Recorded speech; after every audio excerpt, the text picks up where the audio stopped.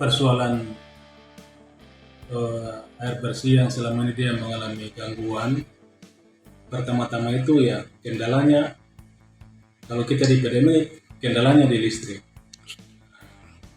Listrik itu kalau misalnya dia mati menyala otomatis air kita juga gangguan, karena di sini katong di PDM 6B ini kan pakai sistem pompanisasi, jadi katong ada gravitasi, jadi kalau misalnya listrik dia mati menyala otomatis pompa juga bisa jalan.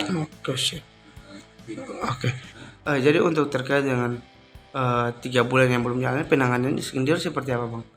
Iya, langkah-langkah yang katong ambil selama ini kan, pertama-tama setelah ada kendalanya air yang tidak jalan selama ini kan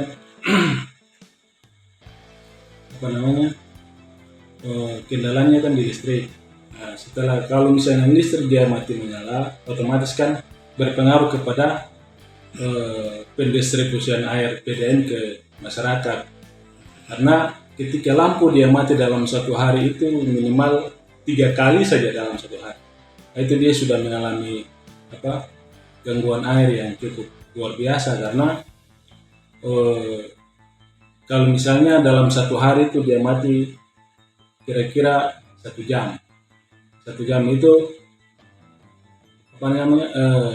pendistribusian air ke pelanggan itu sangat terganggu, karena ketika lampu mati itu water hammer atau tumbukan balik menyebabkan pipa bocor dan lain sebagainya.